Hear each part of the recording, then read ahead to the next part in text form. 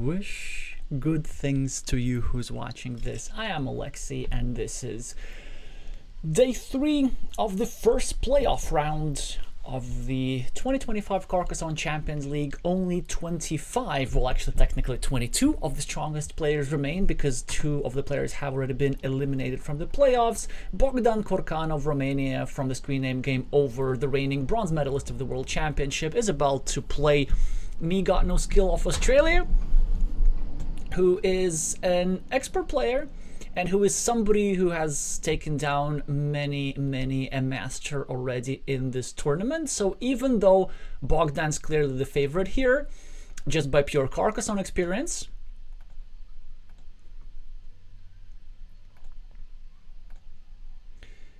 he should still be very afraid, and our Romanian fans should be at the edge of their seats. The format is very straightforward. It's a best of 3. Whoever wins advances to the next stage, where RabbiRain of Japan is patiently waiting for them. Whoever loses is eliminated from the tournament.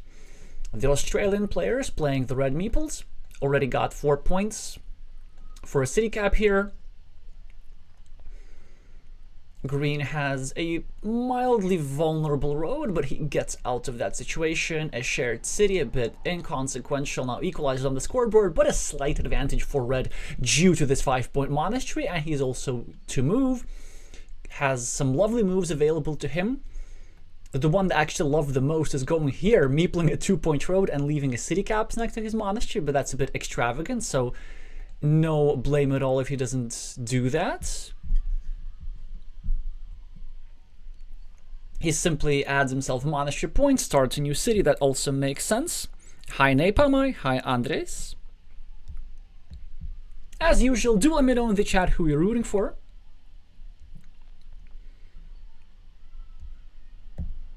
Do we have more Romanians or Australians watching? Of course, the Romanian Carcassonne community is a little bit bigger, but the time of day suits Australia a little bit better.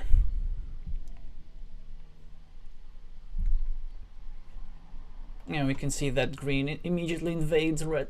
Red now gets a lovely scoring tile for 3 points. I wonder if he's considering something else. I hope not. Well, actually going over here, starting a 3-point road is not the worst idea necessarily, but I really like taking the immediate points. It's super powerful. Bogdan equalizes the roads, but helps Red Monastery in the process. Red with a difficult tile to score, actually, very difficult to score. So normally shielded tiles are lovely, but where exactly do you place it to start a new city? Maybe here, maybe that's the move actually, that's where you go. But it's very not obvious, and I'm not going to be surprised if Red just simply dumps that tile here. Which would also make some sense. Yeah, I think that's a mistake from Red. It's just a too unambitious move, even though it sets up some sneaky ideas with the splitter, maybe splitting off the city meeple and then trying to build a city for himself and then trapping this green guy. It's just unlikely to occur. This move, although it looks a bit awkward, this square that would have been pointing to Red City would have been actually perfectly safe, with at least 3 tiles of each type fitting in that square, and then city cap, you can get yourself an 8-pointer pretty easily. And now, again, not a very easy tile for Red. I guess we just discard it maybe. Or, you know, we could also go here. We could abandon that splitter idea because it's not likely to occur in any case. And then with that move, we could try and get another city tile, like a cow, and try doing something against that square. This is exactly what Red does. A lovely move from Green, getting a monastery point, also putting pressure on Red's monastery.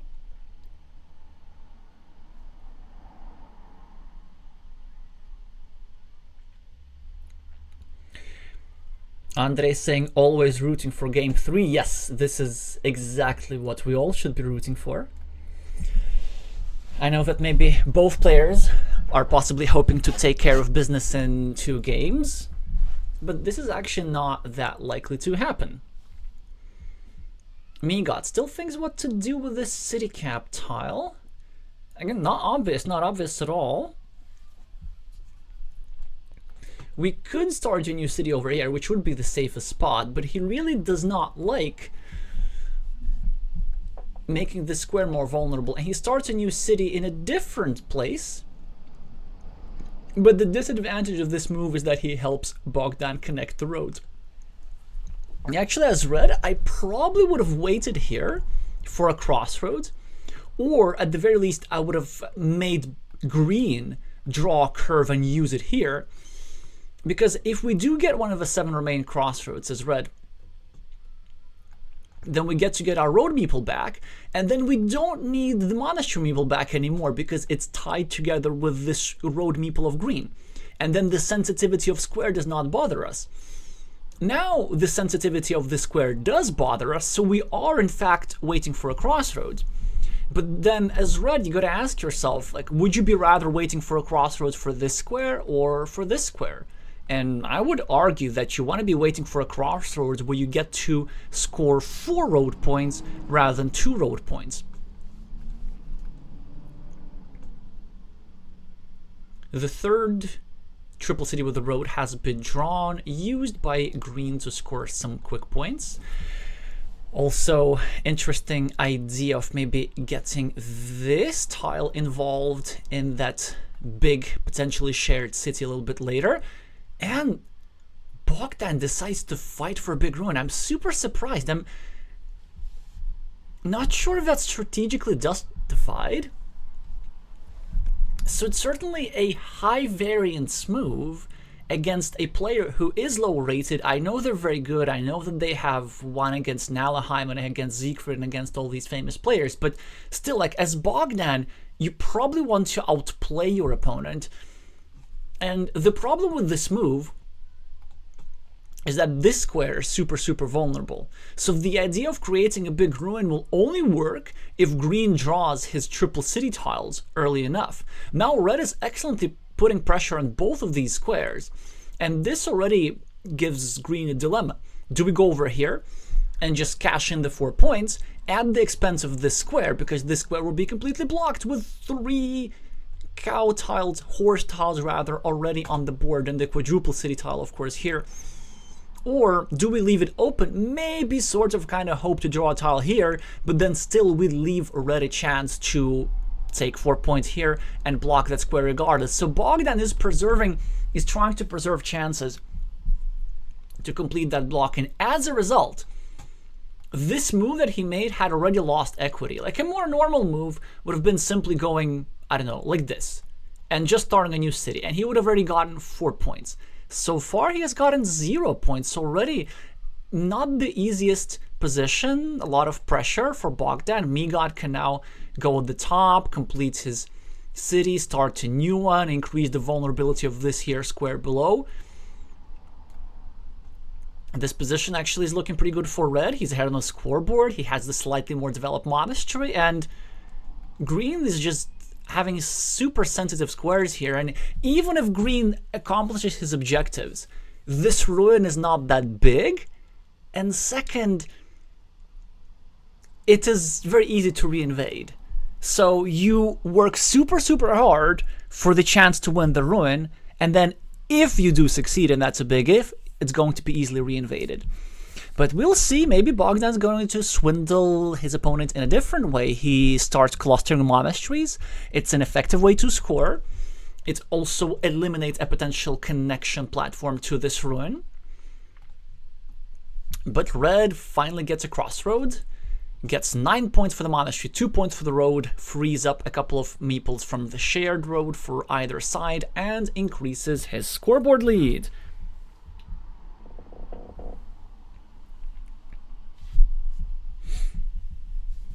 The nomenclature of cow and horse tiles, answering the question in the chat, is something that you would need to ask players from Brazil. These were terms originally popular in Brazil. Yeah, that's all that I can say. And then they just kind of caught on. Because these are really good names. Like, instead of saying triple city with a road, you just say horse. And cow is even shorter than triple city with a field. Think about it. Triple city with a field. That's 7 syllables. That's way too much. In the meantime, Megot Noskill is now blocking one of Bogdan's monasteries. There's now only one tile that fits into the square, and to rub it in, red is getting 3 extra points in the process. But Bogdan managed to resolve the vulnerability in at least one of his critical squares. The other one's still problematic. There are plenty of blocking tiles that fit into that square. So red is in fact the mathematical favorite to successfully block the square. He can do that with a left-handed dagger, like this one. He can do it with one of the 2 umbrella tiles. He can do it with one of the 5 Dorito with a road tiles. So that's 8 tiles available in this square for Megot to block. Game Over, on the other hand, has 3 tiles to complete the connection here only. And then 3 tiles, the right-handed daggers, to take 4 points for the city and then protect this here square for the future. So 6 important, good, lovely, needed tiles for Bogdan. And he gets one of them before I even managed to say anything. Okay, now it's a game. Now the ruin's kind of covered up. And I wonder if Megot now chooses to invade this ruin straight away. I don't think this ruin is such a big of a threat. Probably as red, I'm just liking my scoreboard lead, and I'm just letting my opponents have the ruin, have the meeple disadvantage. Then I'm going to use my meeple advantage to just make a 12 or 15 point field or something like this. Especially since upon the completion of red city, there's already a 9 point field being created. Plenty of city caps still in the deck, including both diagonal splitter tiles to make obscenely large fields if necessary. Hi, Sergey.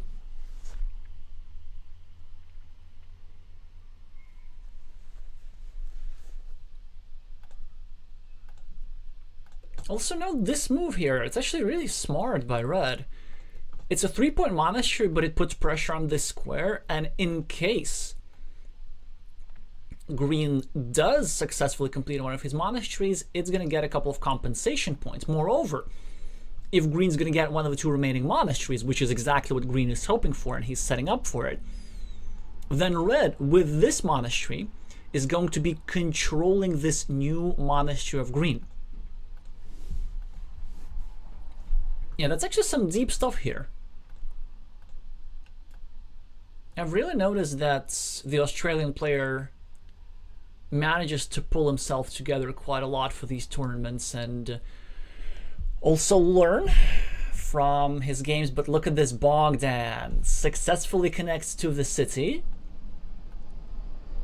Now has the majority of around 15 points, maybe a bit less. Okay, let's actually not be lazy and count this. 14 points. Okay, I was close enough. But red is trying to invade here, and I wonder, does red go for the content move and try to re-invade this ruin with a 3rd meeple? This, of course, would not be a good move.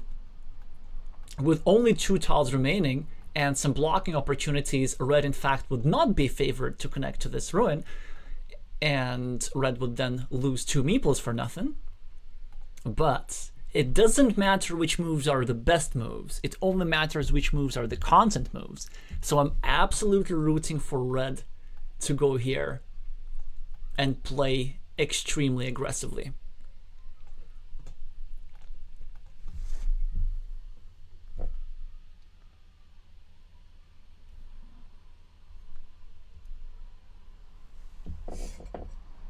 Yep, he goes for it. He goes for it.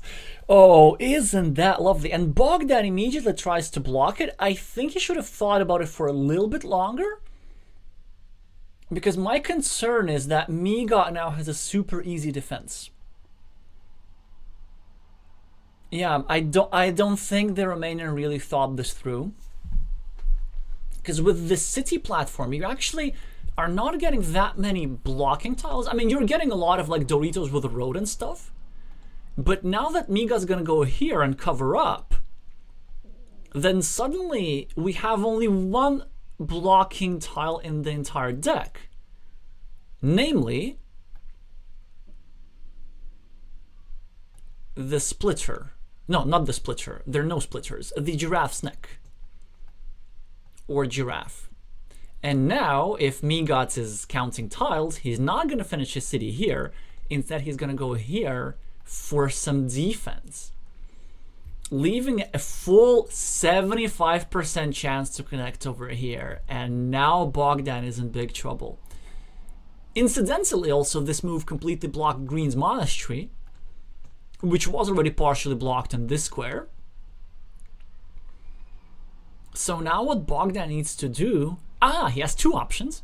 Yep, this is one of them. He can just reinvade this ruin even more. And there's still two tiles that fit into this square. Well, three tiles actually. Two cows and one giraffe to complete the connection like this. And it's not easy to block at all. Because let's say if as Megot you do something like this, you add a tile to the city to try and block, that suddenly there's this connection route available, even foregoing the square but looping it like this. Okay, Green draws one of his key tiles, finishes one of his monasteries, the other one of course trapped, but these 8 points will surely help Green overcome his scoreboard deficit. And in fact, if Green completes his monastery, and it's something that Red will be trying to prevent, Green will be up by 1 point. And then if Green manages to block Red's city here, which is also not that hard to do with plenty of curves remaining, then suddenly Bogdan's position will be just plain better.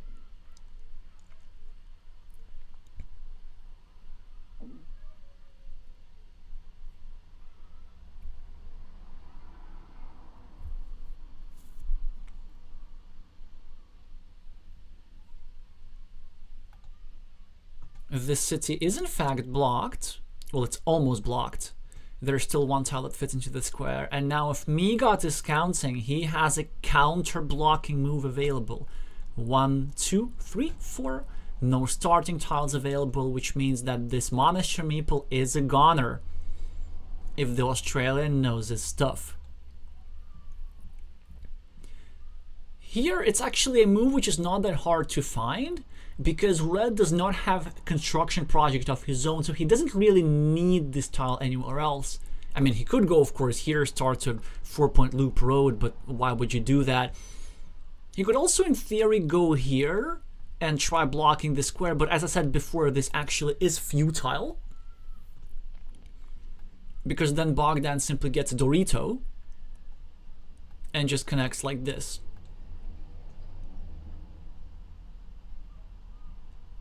So I presume that what the Australian player is thinking about is just simply the tile count. He's going through the starting tiles, or maybe he's thinking whether the 50-50 block is worth it if he managed to miscount tiles. Okay, grave mistake by the red player. Let's see if it works out. This meeple was super important. The reason why it was super important is because it actually gives Bogdan chances to win without this ruin. The ruin's going to be big, but that meeple majority can be converted into a scoreboard lead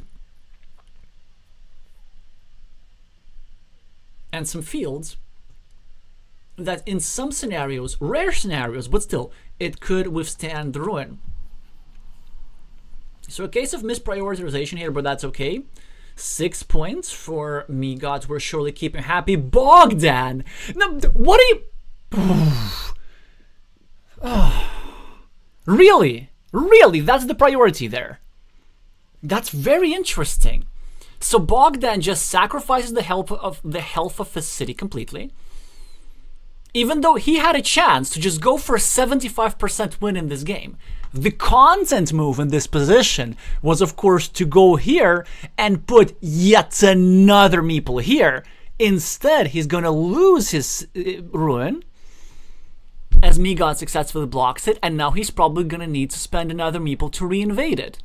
So Bogdan spent the tile to block Red's meeple, But then he's going to be losing a meeple of his own instead. That's actually quite fun.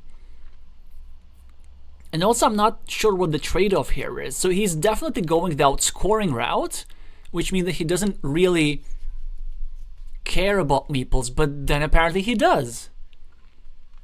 So quite rapid shifts in strategy, and I don't see Bogdan winning this unless he draws both of these tiles. Well, if he gets this meeple back soon enough, he's going to be tied on the scoreboard.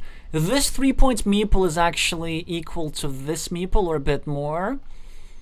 So if Bogdan connects here and gets his meeple out soon enough, then he's going to be equal. But because Megot is going to have the meeple majority for a couple more turns, it will allow him to score quick points. For example, 4 points here could work like a charm. And there are multiple 4-pointers available. In fact, 3 4-point roads. This 4-pointer is my favorite because it also leaves a city cap out in the open, which only red can benefit from. And it also creates yet another 4-point loop.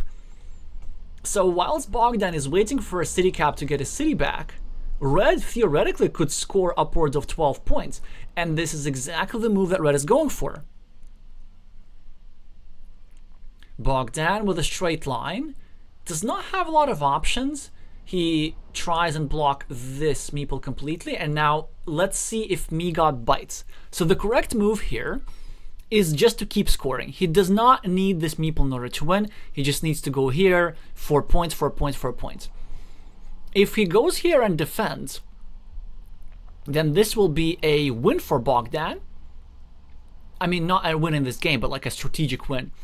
Because there's only one tile that remains in the square anyway. So this 50-50 shot of recovering a meeple is not really worth it. 4 clean points are so much better. And you also know that your Bogdan is going to get a meeple back eventually. So you want to be cleaning up as many of these scoring opportunities as you can before green can get a meeple back and get in on this.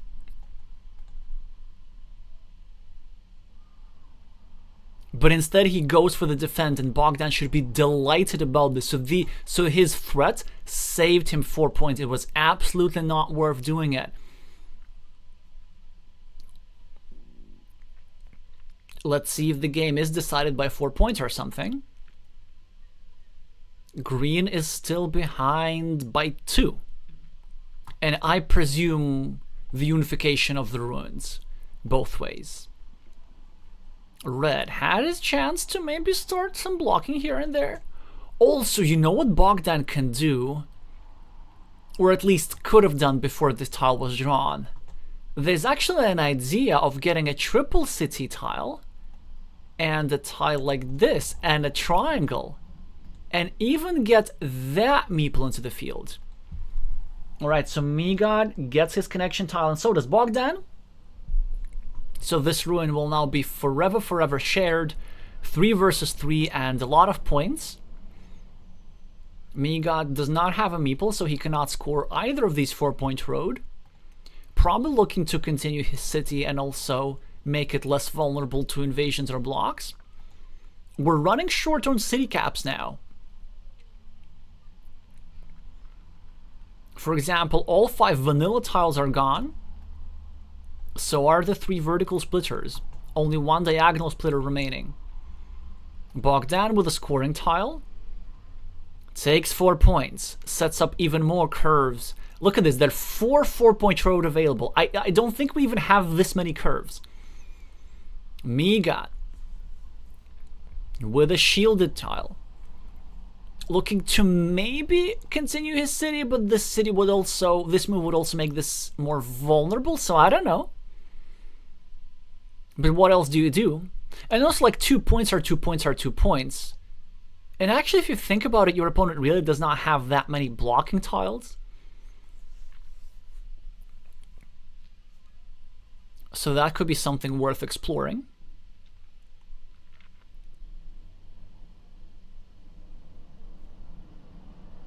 One minute and 5 seconds on the Australians' clock. which will be replenished after this turn. But still, you can't be thinking forever. I'm gonna try and predict his move. I think he's just gonna add the 2 points because I don't see anything better. Okay, interesting, interesting. So he must have decided that it's not worth to make the meeple this vulnerable. Bogdan with a simple scoring tile. I presume getting 4 points is the move. Where exactly, it's not obvious. He could also go here and try breaking this city, but I hate doing that, given the fact that there's still a splitter tile left, so that would not be a complete block. Bogdan with the lead on the scoreboard. Megot draws a curve but cannot score yet again. The Australian is now behind. He will need to get one of his city meeples back to win the game. There's one dagger tile and one splitter only. Actually, only 2 city caps. This is really alarming, or should be alarming. Bogdan, now with the choice. He can either keep scoring, 4 points, 4 points, 4 points, or he can actually go here and try create a Sophie's Choice block, making sure that the one remaining dagger can fit here or here, but not in both places. Hi, Ian. Yeah, this actually looks pretty strong, maybe even stronger than 4 points.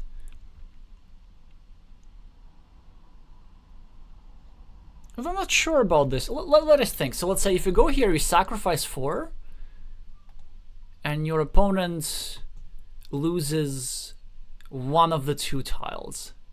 Now I would probably still score. I'd probably still score.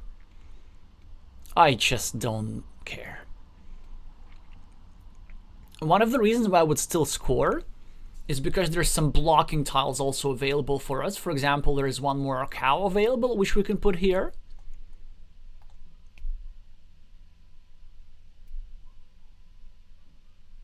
There's also one sneaky reason.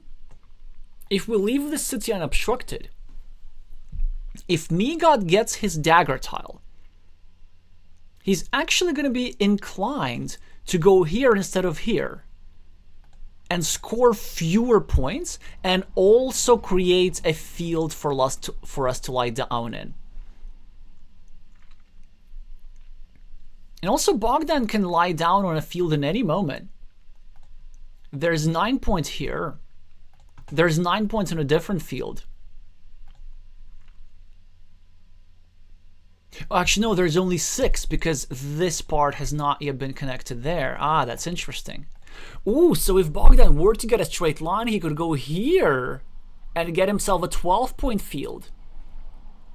That's the power of having a meeple in the endgame.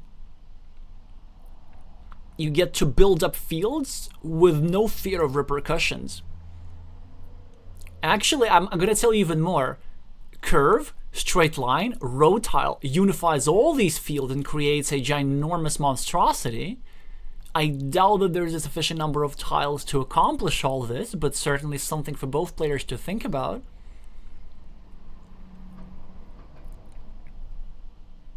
Bogdan does get a field tile. Does he go for his trade? I think we can go for it.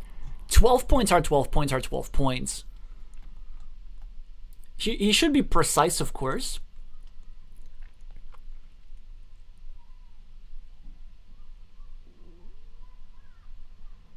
If he goes there, then he still has ways to score without a meeple. He can extend this guy a little bit.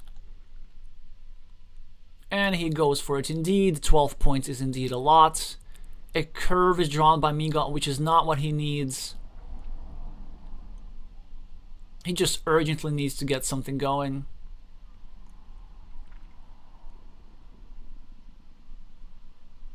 I wonder if the move here is to go like this, because we're running surprisingly short on road tiles. In fact, I don't believe, let me check, 1, 2, 3, 4, 5, 6, 7, 8. 1, 2, 3, 4, 5, 6, 7, 8. No, okay, there's one more curve remaining. So then we go here first. The purpose of this move is to deny this guy access to the field. And then our next, oh yeah, that's also good. That's also good. And then our next move is going to be go here and meeple a 9-pointer. The dagger is drawn by Bogdan, so this guy will not be getting back to Red's hand. But what about this guy? Splitter is still available. Bogdan can score 1 point. Proudly. Should they do that? Probably yes. Okay, Bogdan, I think with a bit of a misstep, creating a field for... Yeah, that's a misstep for sure, creating a field for his opponent, and he's gonna pay for it right now. He gets a tile, with which he can't farm, obviously, because he has no meeples. But he has already created this 9-point field for his opponent. Now, of course, it is not such a big deal, because we know that the last tile of Megot, which he has in hand, is a simple curve. So Megot could have been able to go over here and create the field himself. But as a result of the sequence, Bogdan simply lost 1 point.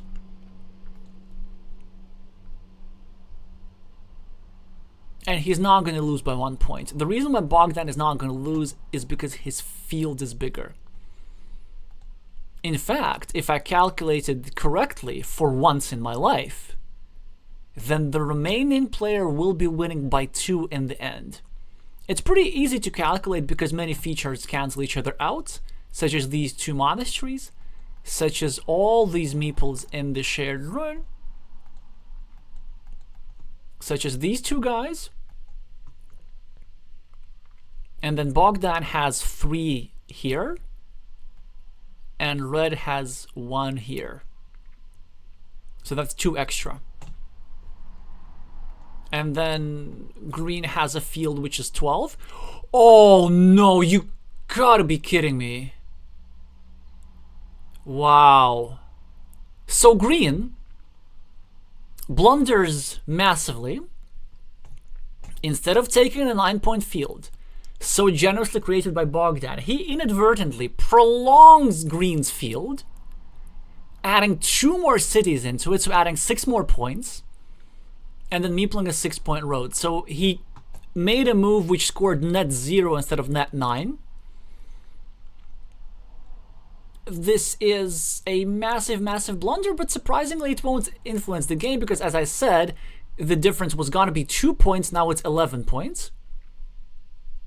So a win is a win is a win, a loss is a loss is a loss. And Bogdan manages to swindle this one out in a position which looked kind of risky for him. That whole endeavor with the big ruin almost turned out to be a disaster, which is great because it's more content.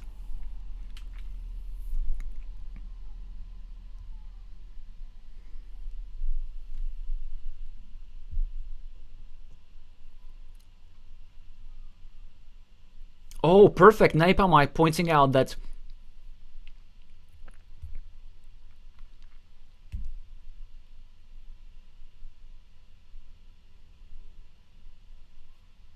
the 4 points that Megot didn't score actually ended up deciding the game.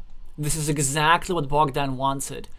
Yeah, basically when you choose between scoring and defending your meeple, typically, if there's only 1 tile remaining, and it's not like a key meeple, it's not like a big city for 50 points, then the answer is to score. Because the meeple simply is just not worth that much. In any case, this also illustrates how important it was that Green try the blocking in the first place to induce a strategic concession or a points concession from the Australian. In any case, the Australian has come back from worse. He even had a decent position last game. Let's see if Bogdan gets complacent here. He is having himself a starting player advantage. But it is Megot who gets the scoreboard lead as a result of the city cap. A measly 2-point road for Bogdan in the meantime.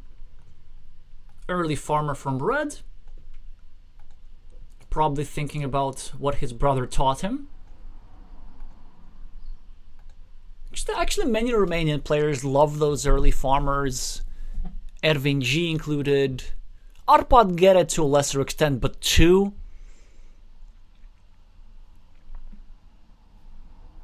Not sure about Tabado. I haven't seen them play in a while.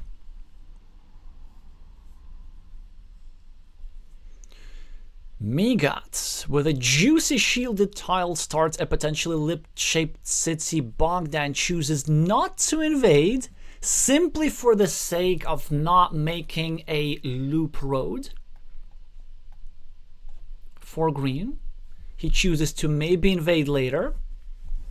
Straight line for red. A couple of good moves could go here, but the move that I like more is, of course, going here. Yes, yes, yes, yes. Disrupting the loop. Always disrupt the loop. Also putting a bit pressure on this square. The downside, of course, is that we're covering up this square. Now, there's no room for invasion, and eventually we'll need to do something about this city, because green will make it dangerous. And also green with the first monastery of the game for 6 points. Looking good. So those of you who are rooting for a decider are in good shape now. Hi, Temrak.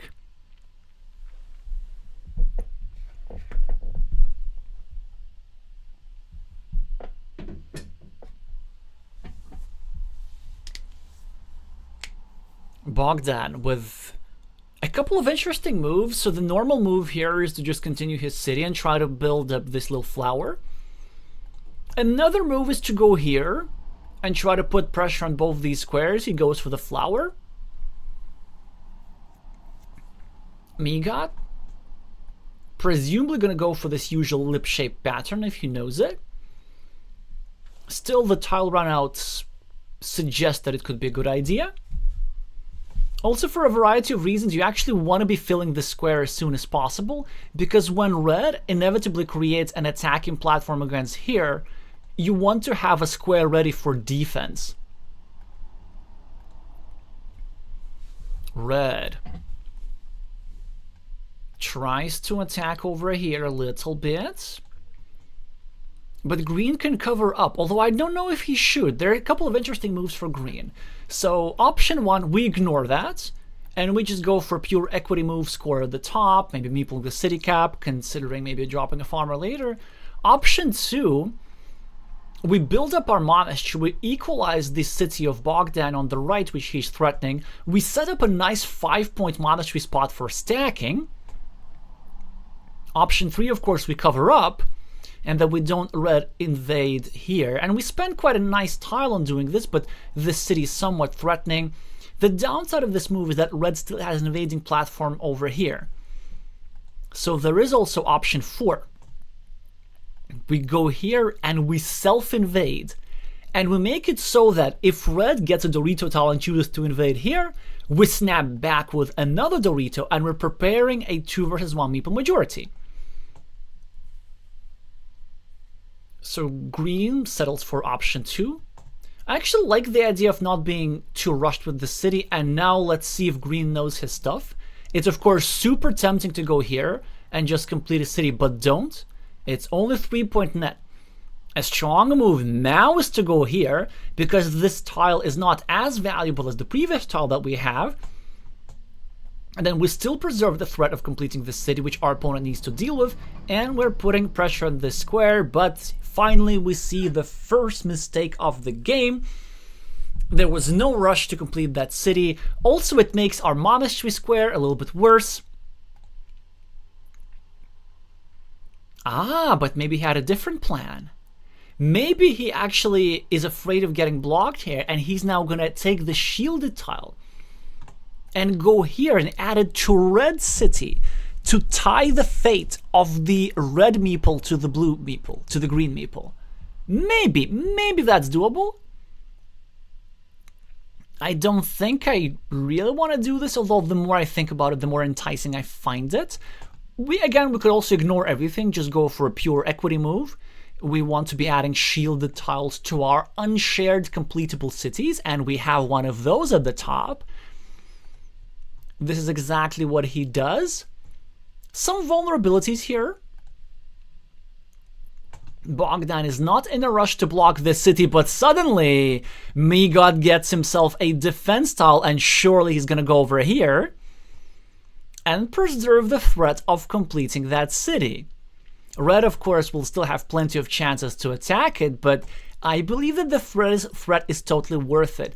I don't think we're in a rush to complete our city over here, because this would obstruct our monastery by a lot. So we should, in fact, be finishing our city with... Oh, that's Bogdan. Oh, no. That's Megot. Yeah, Megot defended. Bogdan finished his city. I just got distracted by the chat, and then I just hallucinated that the game suddenly turned cooperative. That's a great tile for red, by the way, because now there's only one dagger available for this square. So as Megot, there are some strong moves available. You can go here, which still preserve the chance of completing the city, or at the very least extending it. And then this will make a very difficult choice for Bogdan if he draws something like a city cap tile. Let's hope that he draws it. He doesn't draw it yet. But imagine if you are red. If you get a city cap tile, do you go here and try to equalize green just on the off chance that green succeeds in winning the coin flip for this square? Because you really don't want this city to get completed. So what this move does for green, it does not necessarily defend the city, although it kind of does. It still preserves the chance of getting completed. It disallows an immediate block, and it makes sure that it will be likely that red can go here and spend a meeple on the equalization of the city to avert the worst case scenario. So very strong move here, but an equally strong response from Bogdan, who does not sacrifice tiles to try and create some blocking threats. Of course, he adds a point to green city, and if green just draws a vanilla city cap, then suddenly red is looking stupid, but green does not getting himself a vanilla city cap. He gets himself a road tile, which I think is a bit misplaced. It's a very nice idea for the indirect defense, but he really needs a curve tile. He really needs a different orientation, I think. We're going to talk about this a little bit later. Bogdan meeples the monastery. Now he has a curve and can't block, so I get to eat my words. Turns out that this orientation was in fact quite fruitful. He now starts a 4-point loop and creates an attacking platform against this here square. Megot does not get himself a defense tile, but there's a great chance for an indirect defense move. It's actually very, very interesting. So he doesn't have defense for this square, nor this square. But if he goes here, that's an indirect defense move, leaving only one tile remaining for this square, the starting tile. That red could draw, score 4 points, and block this. In the meantime, if this were to happen, we have ourselves what? We have ourselves the city cap, 3 of those, and 1 splitter, so that's 4 tiles. The problem with that move is that it allows 1 more blocking opportunity.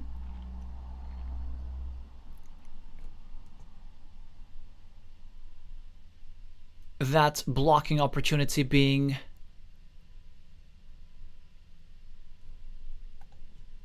a Dorito tile over here towards the square. But this opportunity exists already because these guys were short on daggers.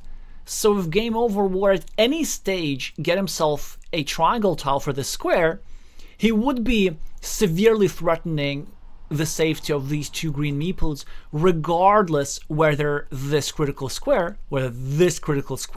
is restricted from above or not. But Megot gets himself a defense tile, and there are now 3 vanilla city caps to get himself back both the city and the monastery. Bogdan, in the meantime, completely blocks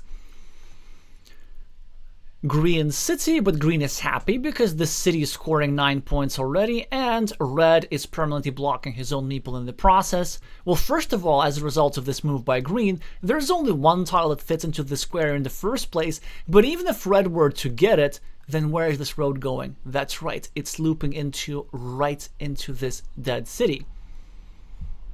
It's interesting how green has this meeple blocked, and these meeples staying for a long time, waiting for the city cap, and this super vulnerable road meeple.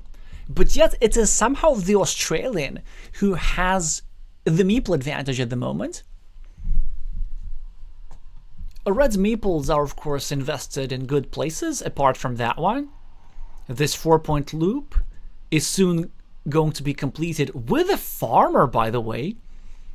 So I wonder if green wants to go here. Yes, exactly. Meeple a 9-point field and start putting pressure on this square. Great move by Mr. Megot. So now change of plans. Curve needs to be drawn ASAP before this road meeple gets blocked. Then the crossroad needs to be drawn for this square to get some meeples back. And then maybe red some start dropping some farmers here or here at the top. It looks like the European and the Australian are about to engage in a Brazilian field fight. Game over. Not yet. I'm just announcing the player's screen name. Starts a new city. Also making it harder for this 9-point farmer to get into the main farm. That's actually a smart move.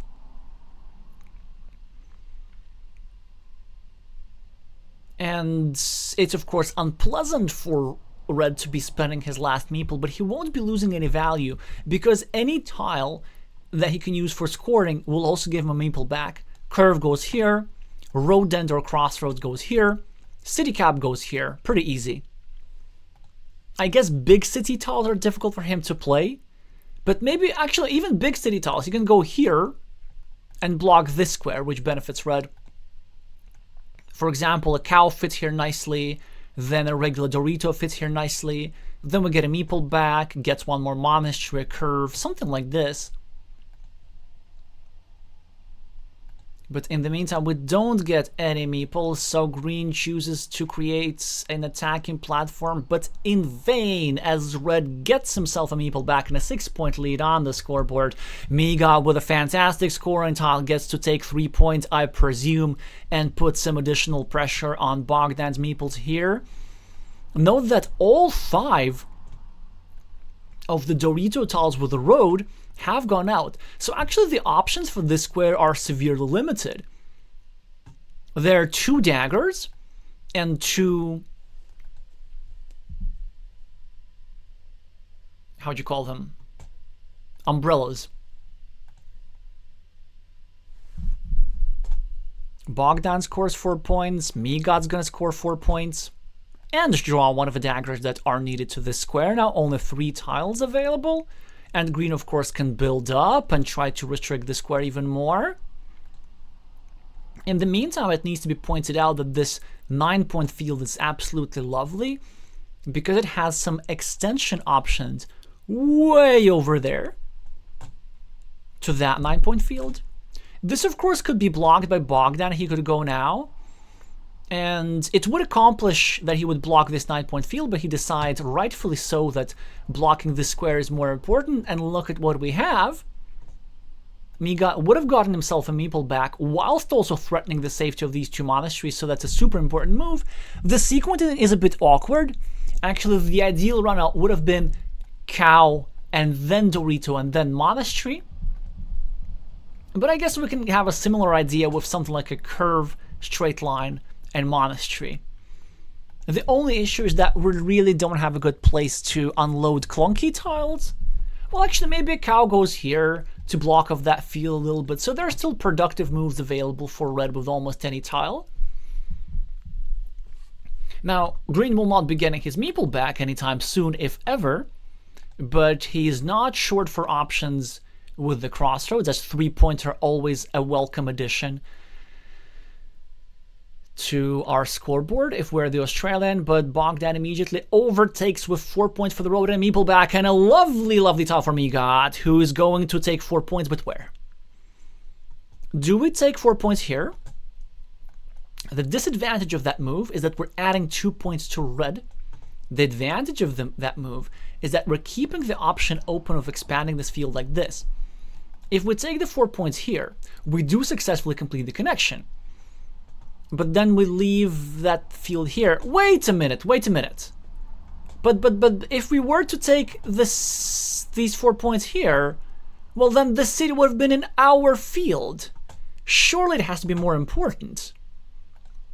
And also now Bogdan actually did not have to fight for this field, because this field's worth 15 points. And instead of spending 2 moves on trying to connect to a 15-point field, he's actually much better off going here, starting our 4-point road, then getting another curve, and then dropping a farmer on a 12-point field over here. But does he see that idea? He might go for a more timid approach, just taking 2 pointies over here, setting up a maybe monastery. So what it's gonna be? Are we timid? Are we playing small ball? Are we playing cautious? Are we hoping that nobody watches? Or are we standing straight? Are we looking into luck's eyes and saying, I know you got me, and going for the big points? I know I'm calling 6 points big points, but in a closed position, well, it's not necessarily a closed position, but in a position with not many meeples for either sides, that could very much be the move. So lots for the Romanian player to think about, and he goes for the more spectacular play, and I think for the better play as well.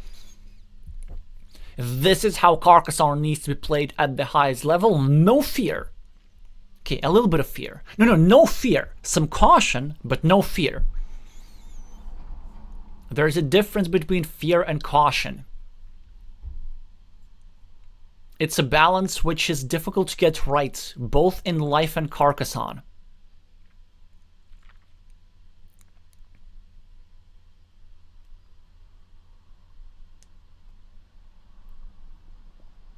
Thank you, Sergey, for confirming that there's going to be one more match today. I will do my best to cover as much as I can. Not sure if I can do all 4, but I can do 3, I think. Maybe 4. We'll see. If I get back in time, then I'll cover it. So there will be further streams announced at a short notice. But in any case, we'll deal with that later. Let's focus now on the board. 36 points for both players on the scoreboard. Red threatening to get a meeple back here and drop a farmer. Green still threatening to get 2 meeples back and get a lot of points. This here is a ticking time bomb. Absolutely lovely move by Green. This accomplishes so much. First of all, it creates a blocking threat against this meeple, which is hard to defend. And there's still a couple of big tiles available that can inbox this guy completely for 3 points. Because I need to remind you that these guys, the Doritos with the road, have all gone out. Second, this nicely covers up the field. It takes out the best invasion spot at the bottom. Now if Bogdan wants to invade, he will need to go out the top, which still is a good square, but it could be blocked over here, and it could be blocked over here as well. So Bogdan does something interesting, and something wise. He gets himself 2 points, 1 for each monastery, and he's setting up some moves. He's setting up, first of all, of course, some city cap, monastery, the usual scenario, trying to complete the monastery with another monastery. But also he's opening a field connection platform from here, from this square, in case he needs it. Now, the downside is that he's dropping a city cap in his opponent's field, but if he's planning to attack this field later, it ain't no big deal, and he also knows that some of the city caps that could be drawn by Green are needed by Green in this square, so Red is in fact slightly more likely to take advantage of this city cap. Will he do so now? Will he sacrifice the monastery spot just to take out the city cap and get himself the extra, or will he go for the indirect defense? He go for the indirect defense. He now makes it much harder for Megot to complete his plan and block this square. But it's not just that. It sets up an unbelievably sneaky field connection. Yes, field connection. You know how?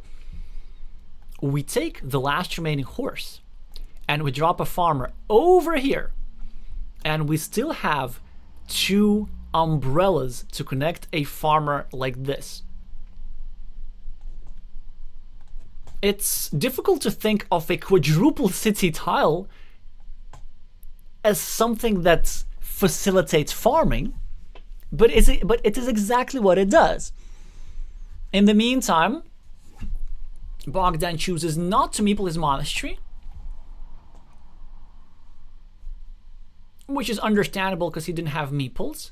But I wonder if he could have just scored instead. He decided that he wants to get a meeple back ASAP, and he needs some firepower to fight for the fields. The reason why this is the case is because his meeple here got quite severely obstructed, and all these curves that were previously available for this square are no longer useful. And in fact, there are only 3 crossroads available, 2 of which are umbrellas which are already needed for this square. So it is not very likely that these 2 guys will survive. It is quite likely that one of them will survive. Bogdan with a straight line, no productive moves available. I wonder if we want to go to the farm straight away. I don't think we do. We kind of need meeples to score points. But what else can we do? Maybe going here? Yeah, this move actually is quite sneaky. You know what it does? So when we get a meeple back, it sets up some farming ideas. Interestingly, Megot with a curve. Probably looking to do some blocking. Maybe going over here, trying to put pressure against this monastery. Maybe going over here, trying to put pressure against this road. Or maybe just relying on getting one of the 2 city caps and going for the 9-point field straight away, anticipating Red's move of drawing crossroads and dropping a 9-point farmer. If Red does draw crossroads, then I have no doubt that he's not going to bother even taking the 2 points. The tempo on the field will be simply more important. Megot with a 4-point lead on the scoreboard and a great overall position with still 2 city caps available for some big points.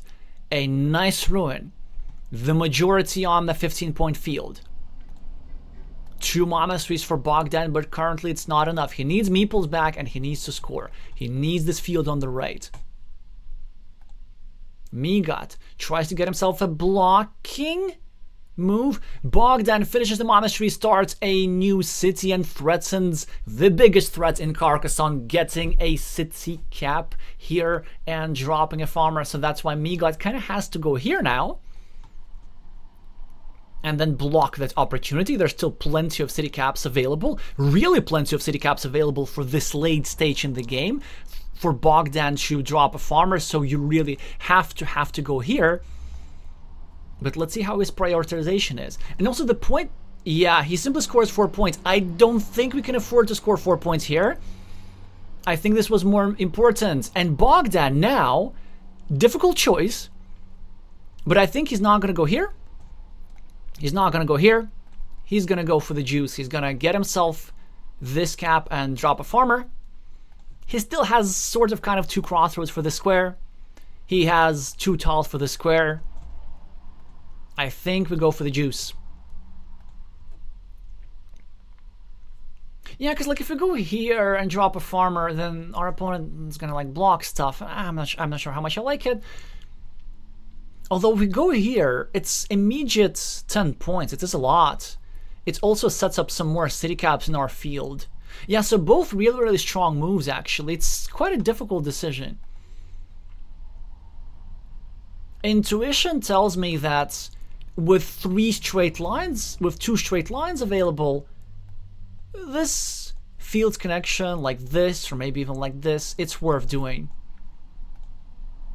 It is 4 immediate points and a decent chance to get 15 more by joining to the field.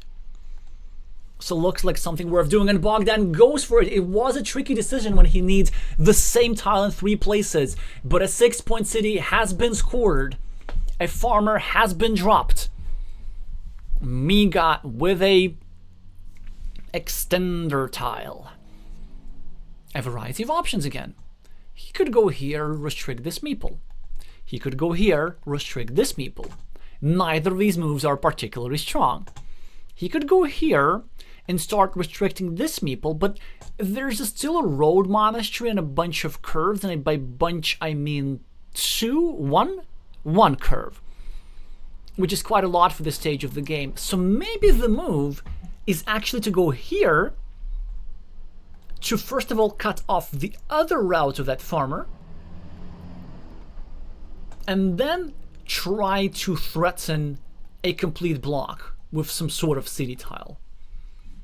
He could also go here and reinvade, just equalizing that farmer, but I don't think it will be quite wise, because red can still go through back-to-back tiles with a curve and straight line maybe, or a straight line plus monastery over here, and connect through the top. And also there's a 12-point field up for grabs in any case. On the other hand, it could be worth dropping a farmer here, because he would have 4 high-impact tiles.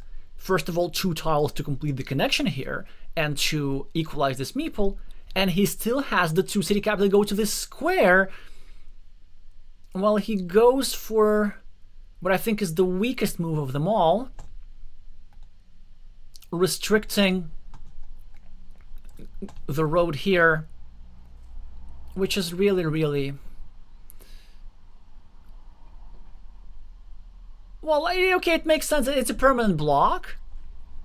But the thing is, like, there was one tile that fit into the square, right? There was this umbrella tile.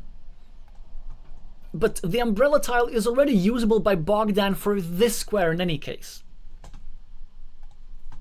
So we know that red is unlikely to get both of these meeples back. Red is probably getting only 1. Green just scoring 3 points. Red occupying a 12-point field. Suddenly, red has more field points. What is going on? Red successfully connects, but Megot finally with a city cap. Isn't that a tad too late? Maybe not. Let's find out. So complete equality on the field. 2 versus 2. Megot now has an army of meeples and maybe not enough tiles to spend the meeples. Bogdan needs to think of some spatial move. He needs to protect his field. This was not a way to do it, if you ask me. But why would you ask me? Megot needs to choose between simply scoring, going for a 7-point ruin, which actually could just do the job for him. He is 15 points ahead on the scoreboard. It probably is going to do the job for him. Or he might go for something like this, which I believe would be a mistake because there are no daggers remaining and no curves remaining no more. So a ninja farmer is no longer possible. What is possible is a very nice field connection through this square with the last remaining crossroads. It's just that with this... No. Oh, no. It's rather painful. So normally, of course, scoring quick points is a great idea instead of spending a meeple. The problem for Megot is that he only has 3 moves and 3 meeples. So he actually does not need to get meeples back. He just needs to play moves which score points, as many as possible, while spending a meeple. So the move is we go for 7. Because if we don't, we might not get another city tile at all.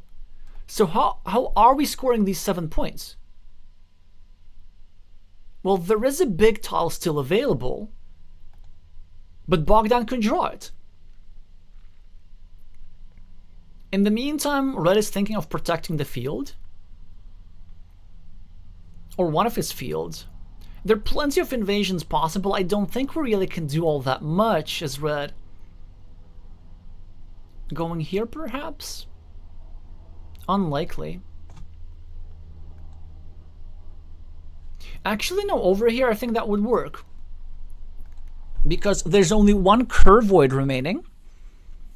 And that is a crossroads.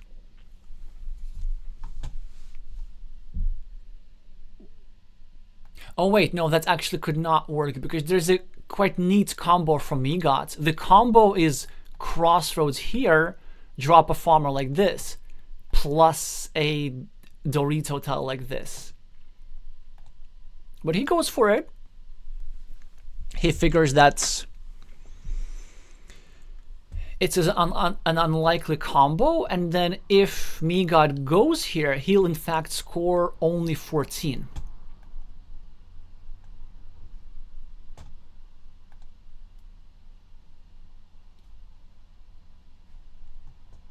Okay, so 6-point monastery for the Australian. Bogdan gets the Dorito tile. Will Megot get another city tile to score? If he doesn't, this will be a costly 4-point mistake for him.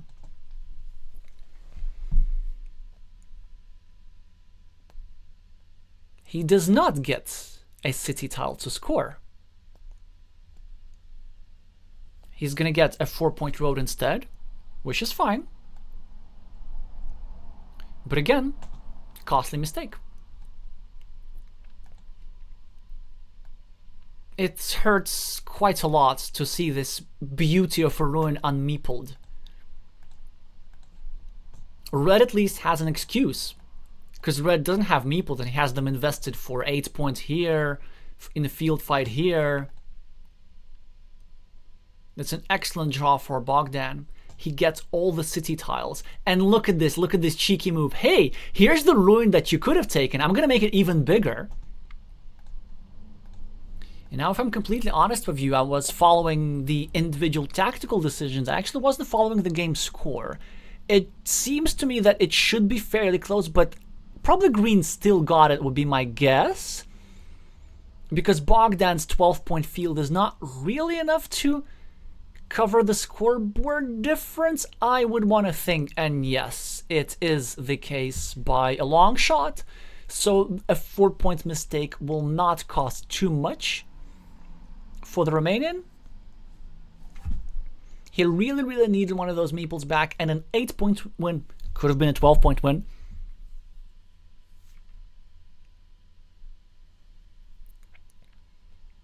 Is delivered by the Australian players. So everything how the majority of you wanted, we getting ourselves the decider. Romanian fans are nervous. Australian fans are nervous. Neutral fans are just enjoying themselves.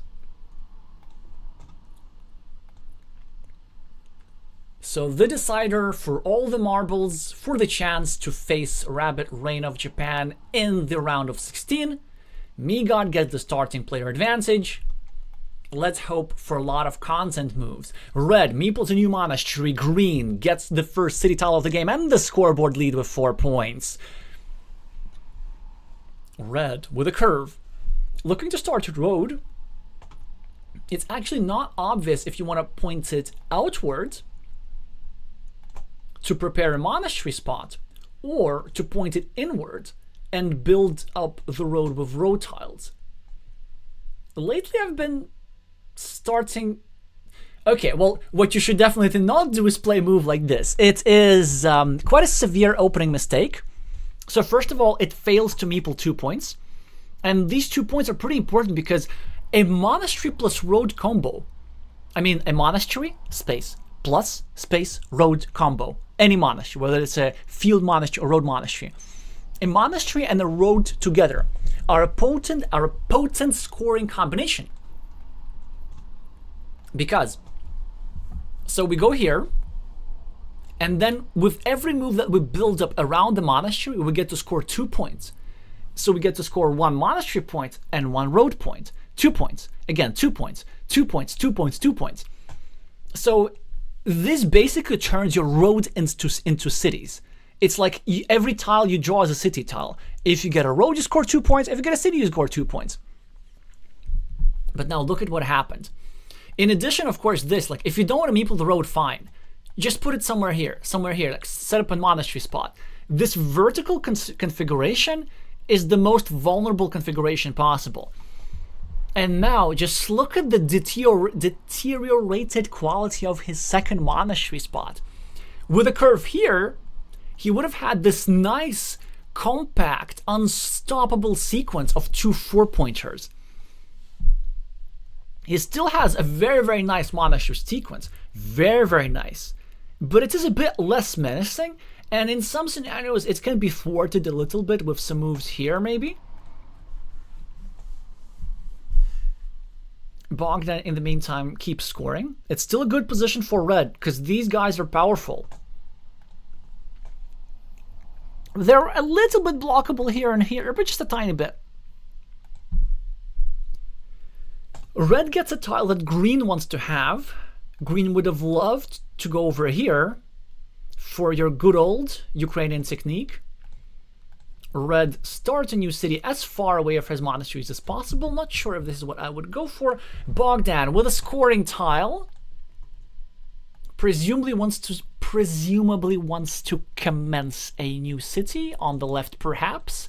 Well, actually, it's not easy, because if you do it on the left, it's fine. It's a good move. But I really don't like pre-building a road like this, a 6-point road, which goes through red's monastery. So maybe green will still have some chances to sort of kind of disrupt it.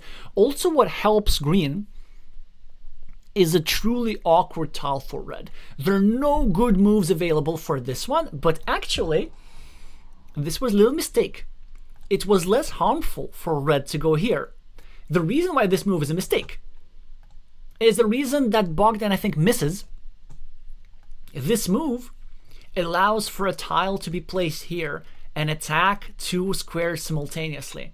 One opening principle that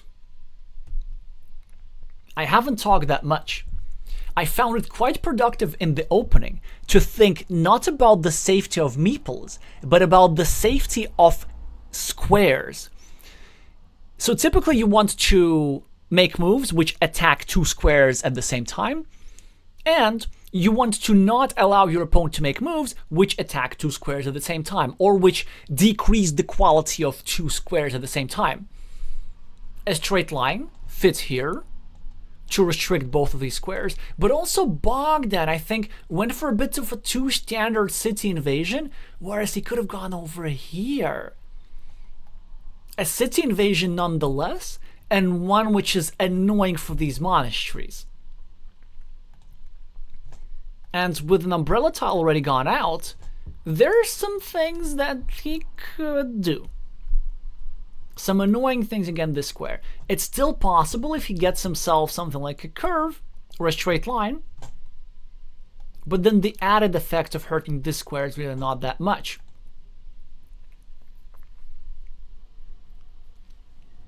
Bogdan tries to finish his city. Megot adds a point to green city, but now tries to block it together with his own monastery. Now the fates of these 2 meeples are tied. Green could in theory go here, and then maybe build around, try block this square to preserve the safety of this square. But a move that I probably prefer is simply rolling the dice. Because if we do get the square blocked, we're not losing a meeple. Well, we are losing meeple, but so is our opponent. We're just losing a mini battle, which is not a big deal. With both of these meeples blocked, we can live with that. I probably prefer here some sort of counterattack, maybe against this square, or even against this square, to try and eliminate a monastery spot and then set up opportunities to block 2 meeples. It's not the most obvious thing in the world, and he goes simply for a road move, which also makes a lot of sense. First of all, it scores 1 point. All my suggested moves were scoring 0 points, so Bogdan wins in that metric, but also because now that this road is a bit safer, then this block is a bit better prepared. Because typically if you make a block, Sometimes what happens is you make your own meeple vulnerable as well, and then sometimes you lose your meeple and your opponent doesn't, so this is something to be avoided. But in the meantime, Megot's an awkward tile. The consent move, which would be a mistake, would be to go here and try to fight for the city. The reason why this would be a mistake, even though this would be the first instinct of many of the player, is because this city is not very high quality, it's not a lot of points, it has a very large number of squares which need to be filled.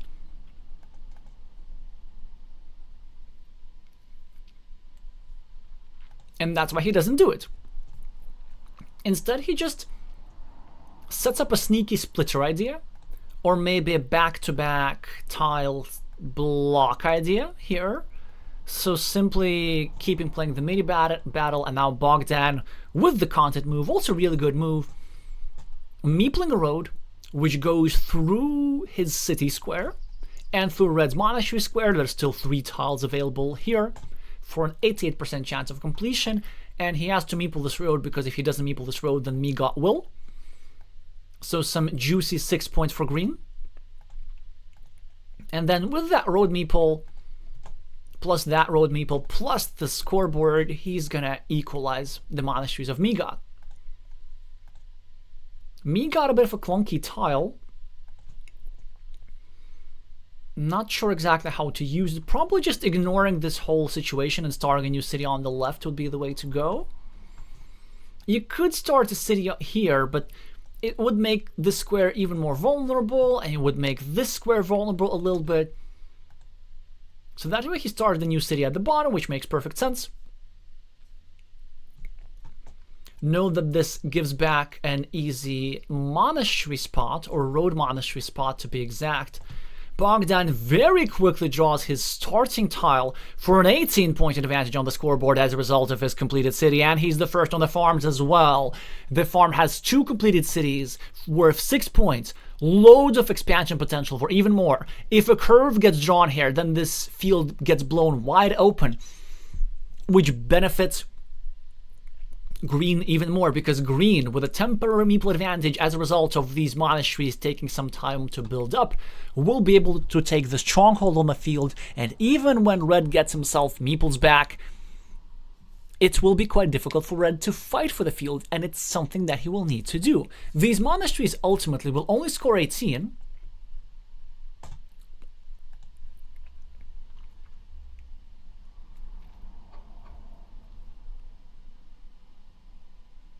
and green already has 18 points on the scoreboard. So this means that red's going to need something else, and red tries to build them up efficiently and starts a new city, obeying the principle of 2 cities. Bogdan with a variety of interesting move. I guess he could finish his road and expand his field. It would also help both of red's monasteries, so that's why he wants to delay it. And note that it also puts pressure on this square at the bottom. So probably as Megot, did I say Megot? Megot. Megot, Noskill. Those nasal consonants can sometimes be hard. Red can go at the bottom, continue his city, otherwise he can get blocked or restricted there. He could also continue this city. He could also go here and restrict green's road a little bit. Does not seem to be worth doing. It's way too juicy of a shielded tile. You know what? Triple cities are very often thought as primarily blocking tiles, but I feel like many players underestimate their scoring potential. Early in the game, you can get away with a city covering up a 3-sided tile, and Megot agrees. Bogdan with a monastery. Places it for 5 points, controlling red's meeple.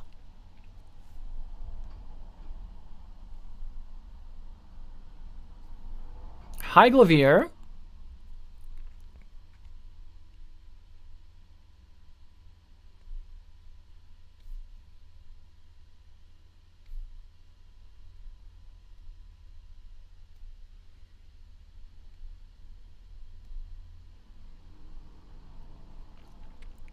Megot with a tricky decision. He could, in theory, go here and finish his city, which is the normal thing to do. But this at the bottom is way more efficient and way more tempting. Yeah, that's real nice recognition. Like, you can really see him growing as a player, because this is stuff that, like, players with a rating of 482 are not supposed to know. So this means that he's definitely playing above his rating level. So anyway, just don't look at rating too much. This could probably indicate that he plays casual games. I know there are many players who kind of play a lot of casual games and then bring their rating down and then sort of sandbag that way, and then the tournament they play much, much better than expected. One of these players is the Romanian Mihnea Niculescu, who has like a rating of 350 or something, but plays at a clear like 550 something level at the very least. Mihnea is not in this tournament, but they are likely to be in the Romanian national team. Oh, Bogdan with a spicy move here.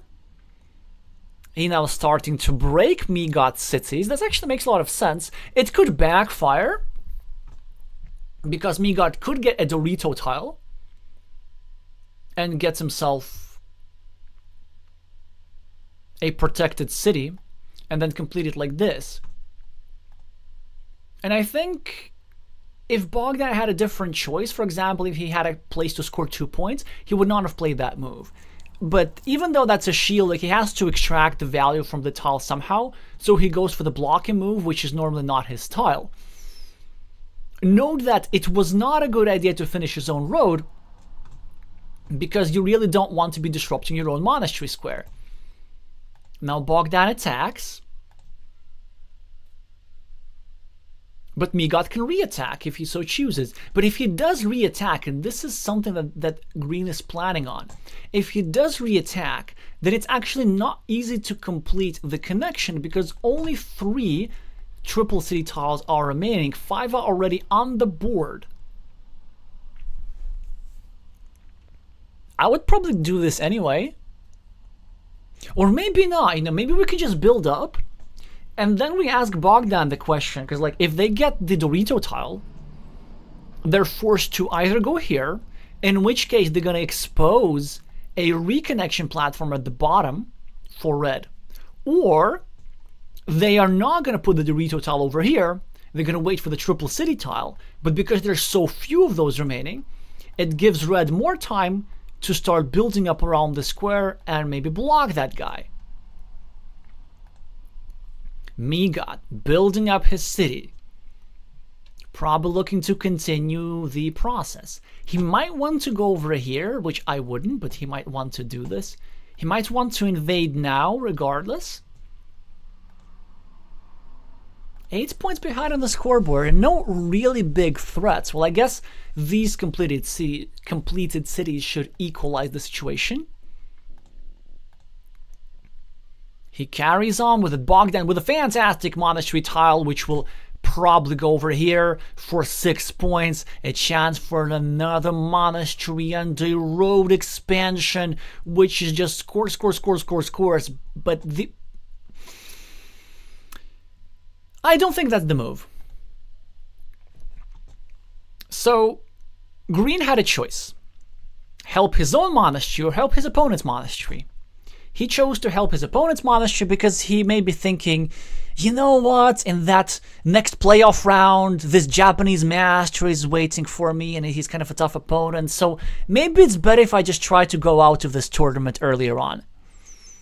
The reason why I don't like this move one bit, other than the self-explanatory reason that I just said, it helps his opponent more than it does help him, is the fact that this square was actually super vulnerable, because Bogdan just drew the second and the last road monastery, which means that blocking opportunities for this square are now available. So why do we need to save our opponent Meeple and allow him to get bailed out? Moreover, this square next to your own monastery is now vulnerable, because if you continue your road, then this square will be blockable. So this is a mistake, which could end up costing 2 meeples for green. Green invades red city, which makes sense. But luckily for green, red is now going to respond in kind. Red is now going to go over here and equalize Bogdan's monastery, which he shouldn't, but he's going to do it. Told ya. Told ya. So huge sigh of relief for green. This meeple now has nothing to worry about, and the position of Bogdan is safe again. That was like a really roller coaster when it comes to the win percentage, because meeples do seem to be pretty important in this position.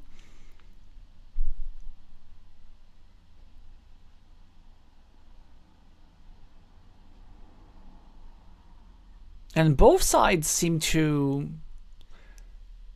love to free up meeples to each other. Megot starts a new city with maybe some chances to invade the shared city here, but I wonder if this could backfire because there are now only 2 triple cities remaining. And if I'm Bogdan, if I draw a triple city, I'm not connecting my meeple. I'm actually going over here and I'm trying to connect all the cities and block this square. Green scores 4 points for little city next to his and his opponent's monastery.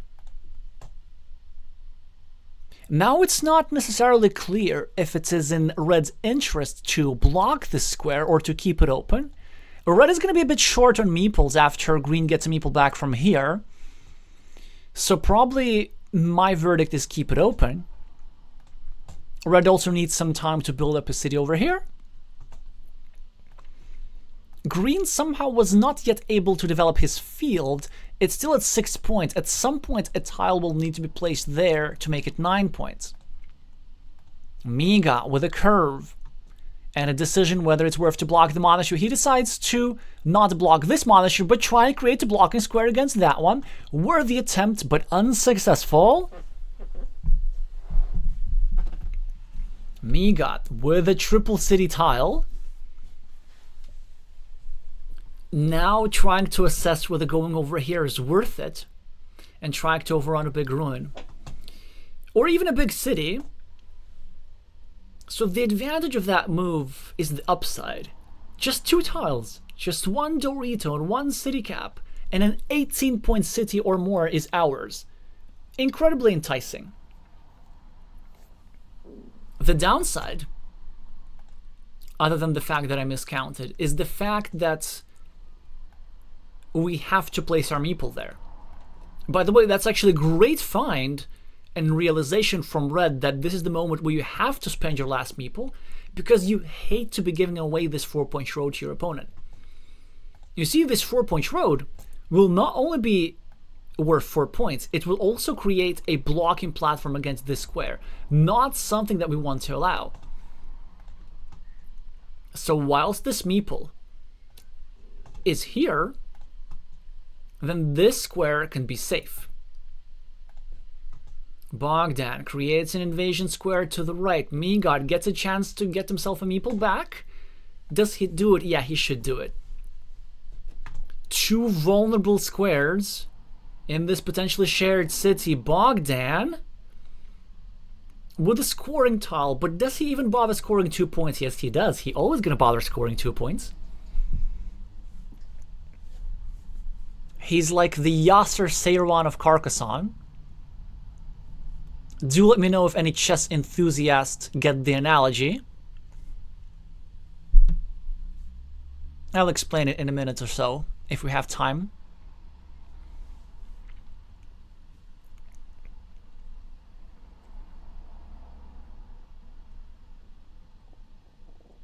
Exactly, Akrater. A pawn is a pawn. At 2 points are 2 points. So Yasser Seirawan is a chess grandmaster who is known for prioritizing material, so like just capturing opponent's pawns, sometimes with significant positional sacrifices.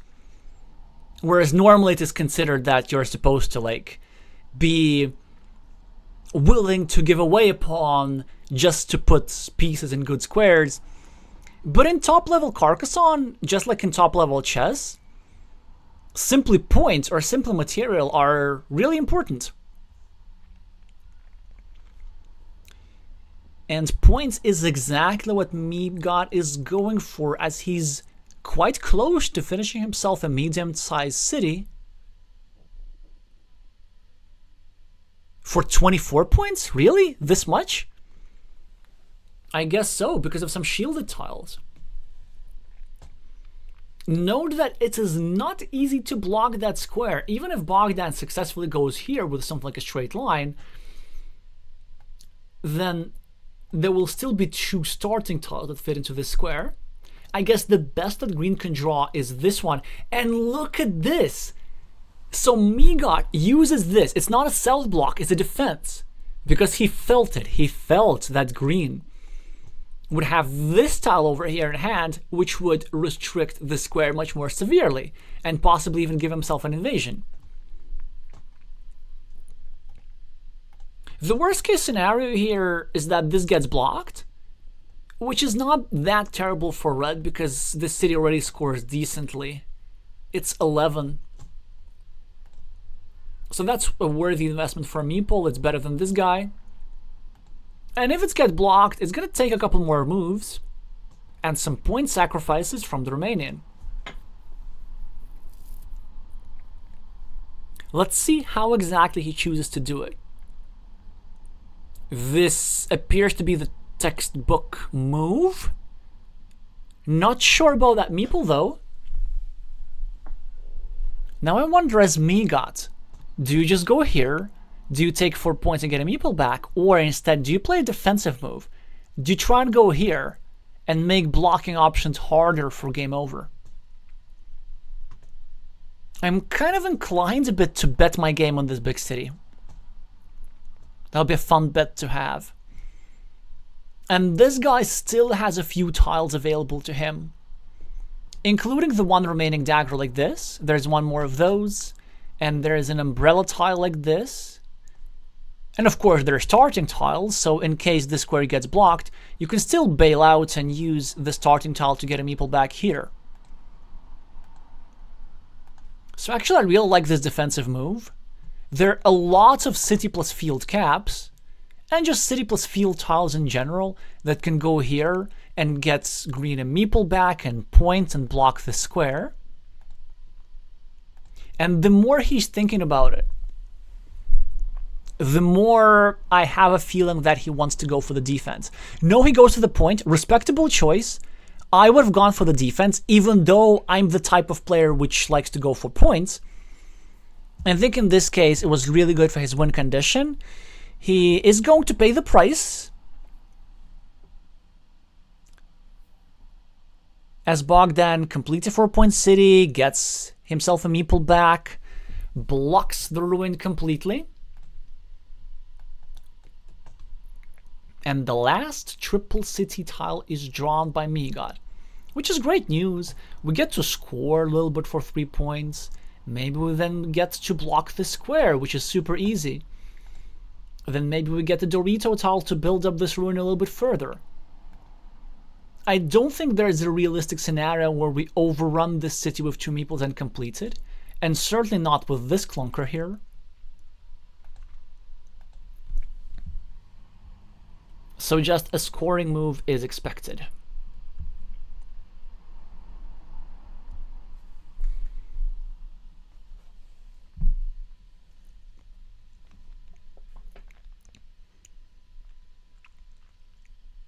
Both players really taking their time. I presume that on every move, when they need to make a crucial decision, they're counting the number of each kind of tiles remaining. Maybe that's why Red didn't want to go for a defense. He figured that even after this move, there's still a bunch of tiles that go into the square for blocking. But the reason I really like this defensive move, one of the many reasons, and Red now plays a move which, how would I say this? It's not a very strong move. He's now trying to connect to a city, which is not worth a lot of points. Okay, upon connection is going to be worth 9 points. But then he could have simply scored 3 and preserved a meeple. In a position where there's so many farms. There's this 9-point farm. There's this potentially 9-point farm. And it's quite difficult for me to explain why he was going to play the move. Because he knows that the city cannot be completed, even if Bogdan helps him. There's simply not enough tiles in the deck to build all around these squares. He's of course now scoring points, but I'm not sure. Maybe nerves. Maybe that's the issue here. Megot now getting a scoring tile, but with 1 meeple, what you gonna do? Are you gonna start a new city? If you start a new city, then your next tile is a crossroads, and then you lose 2 points. Green is wisely playing against the meeple majority. He chooses to block the shared feature just to not allow red to get a city cap, finish both monasteries, and drop a farmer for 9 points with tempo.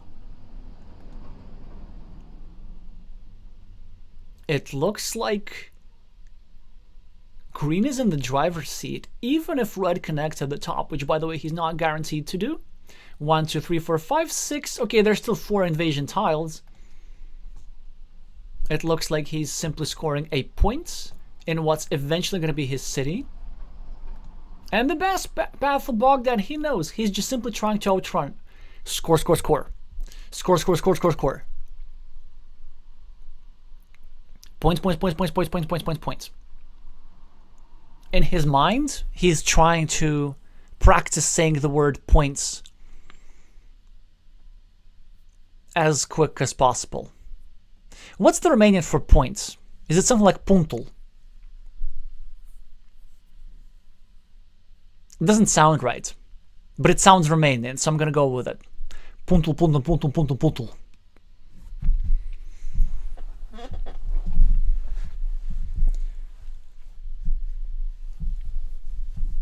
One more point is added by Megot Noskill, and also this points out the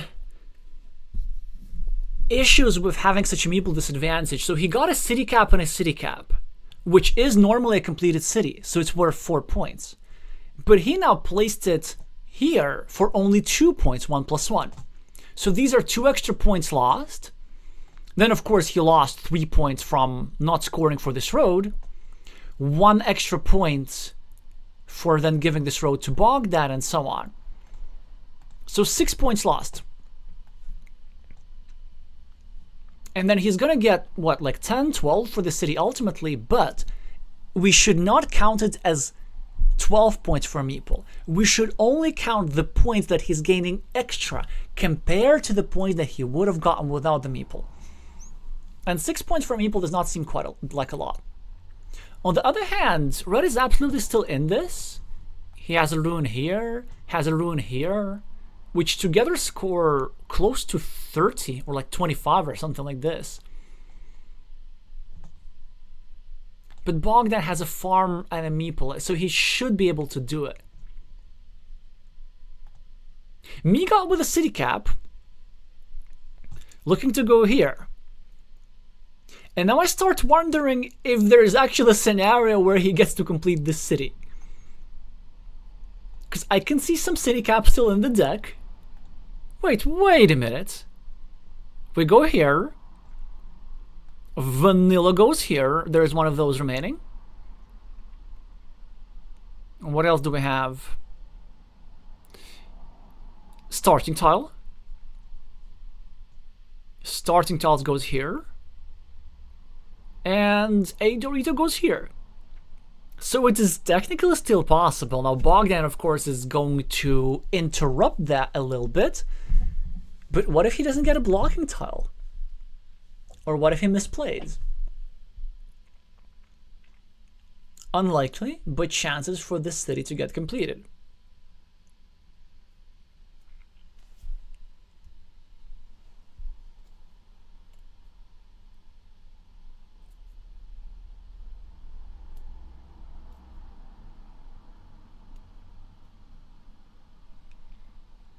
Thank you, Napalm, for confirming that the Romanian for points is punkt, I presume.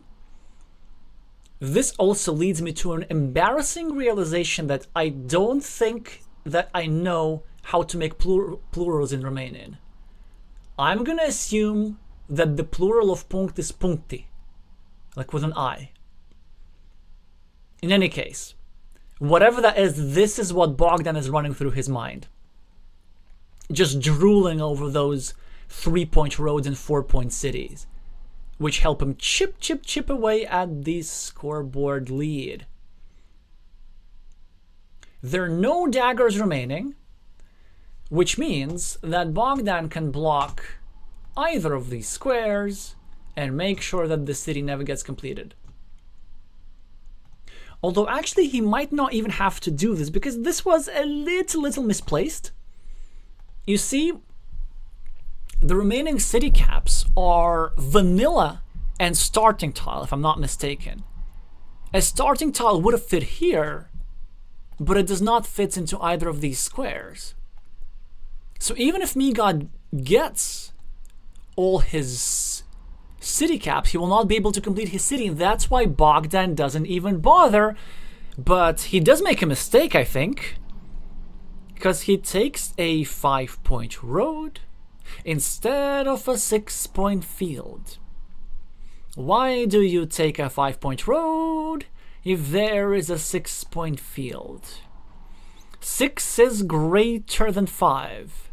So typically, if you want to score more points, you go for a move that makes you 6 instead for a move that makes you 5. Unless he has calculated that there's like an endless supply of road tiles to make this road worth 6, 7, or even 8. I don't know.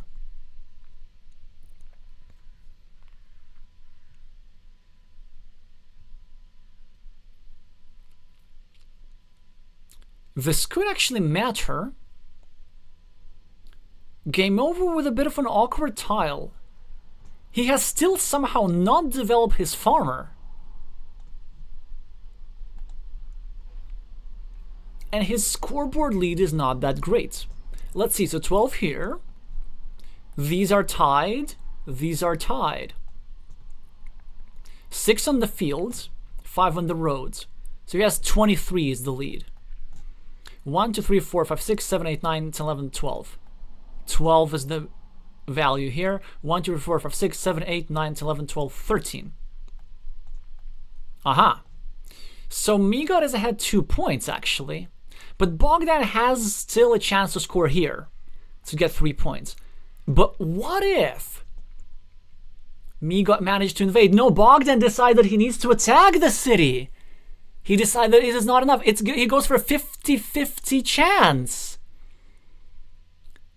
There is a Dorito tile available. There's only one of those. It's not it's a 40% chance. After a monager has been drawn, it's a 50-50 only. A championship is going to get decided on a coin flip. Yeah, look at Megot kind of just chipping away with these points. Ending up with a larger ruin than initially anticipated. So Bogdan must really regret not taking the 6-point field now. It could absolutely matter. The bad news for Megot is I don't think he can possibly win if Bogdan connects to the ruin. It's just way too many points. What can he do though? 6-point monastery or something? 5-point monastery, close enough, and Bogdan gets himself his coin flip. He is going to connect to the city and he's going to advance to the next round. What a heartbreak for our Australian fans. Coming truly close to an upset. Just falling short to some Dorito. Bogdan even manages to expand his field a little bit. which could have been prevented by Megot, so he could have saved himself like 1 or 2 points spread, but it's not gonna matter, as Bogdan should have this by around +5, I guess, +6. No, more.